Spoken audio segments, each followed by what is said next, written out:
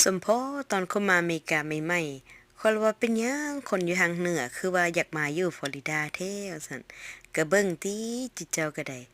ใบขี้หูดนี่ก้องเจิงเพ่งอยู่บ่แม่นหยังดอกรัฐฟลอริดานี่ปลูกอิหยังก็ได้คือกับบ้านเฮาเลย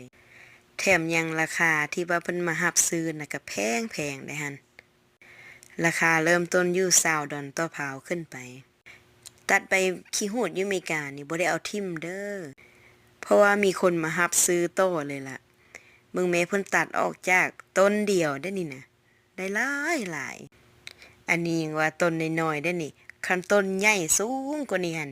สิบ่เป็น2กองเพิ่นว่านี่ได้กินใบมะขี้หูดยามใดนี่มีแต่อยากกินแต่น้ำกระปุนเนาะ เฮ็ดน้ำกระปุนกินหั่นน่ะแล้วใส่ใบขี้หูดนำหั่นถือกันได้หั่นวิธีค่อยเก็บใบขี้หูดก็บ่ยาก ก็คือเราจับใบแล้วก็เด็ดลงนี่แหละจะเฮ็ดให้ง่ายขึ้นแล้วก็แล้วไวถ้าเราจับแล้วก็ดึงขึ้นหั่น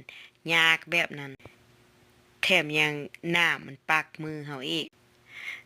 แต่นี่ว่าถูกวิธีแล้วก็ยังน้ำปักมืออยู่ตลอด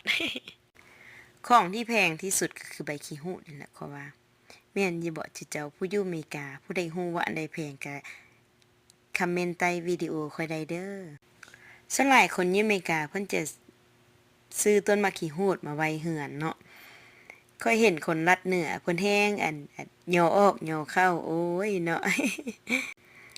มีแล้วก็แพงเด้เนาะบัดบ่มีก็เพิ่นว่าไปซื้อเพิ่น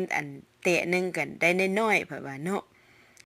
คันมีแล้วก็บ่ยากจำเนาะ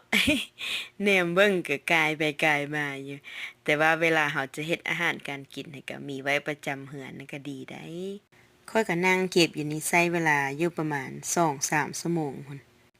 สิบ่ให้ดนส่ำใดเนาะก็เบิ่งแม่กองผักขี้หูดก็ได้ อันนี้เก็บไปได้2ชั่วโมงก็ได้กะตาหนึ่งก็บ่ได้คิดว่าสิได้มาเก็บฮอดใบขี้หูดขายส่ำใดนี่ ค่อยไปเห็นต้นนั่นต้นนี้เนาะต้นหมอกไม้บ้านเฮาหั่นน่ะค่อยก็สะอ้อนค่อยก็ไปหามาปลูกนี่แหละเนาะเพิ่นว่าแต่มีของเงินก็มาเองแม่นอีหลีรวมทั้งหมดนี่ก็ได้7พาวด์ไข่ก็ได้เป็นเงินประมาณ$140เพิ่นซื้อพาวละ$20ไผที่มักวิดีโอนี้อย่าลืมกดไลค์กดแชร์กด Subscribe ให้หน่อยเด้อฟังวิดีโอนี้จบแล้วไผที่ว่าสนใจในราคามะขี้หูด